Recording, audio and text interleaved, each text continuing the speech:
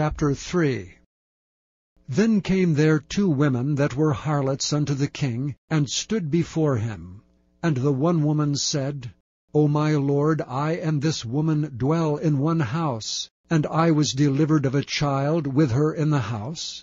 And it came to pass the 3rd day after that I was delivered, that this woman was delivered also. And we were together. There was no stranger with us in the house, save we 2 in the house. And this woman's child died in the night, because she overlaid it. And she arose at midnight, and took my son from beside me, while thine handmaid slept, and laid it in her bosom, and laid her dead child in my bosom. And when I arose in the morning to give my child suck, behold, it was dead. But when I considered it in the morning, behold, it was not my son which I did bear. And the other woman said, Nay, but the living is my son, and the dead is thy son. And this said, No, but the dead is thy son, and the living is my son. Thus they spake before the king.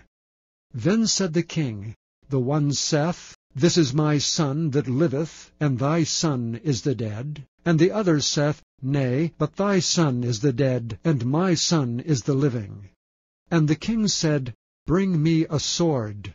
And they brought a sword before the king. And the king said, Divide the living child in 2, and give half to the one, and half to the other. Then spake the woman whose the living child was unto the king, for her bowels yearned upon her son. And she said, O my lord, give her the living child, and in no wise slay it. But the other said, Let it be neither mine nor thine, but divide it. Then the king answered and said, Give her the living child, and in no wise slay it. She is the mother thereof.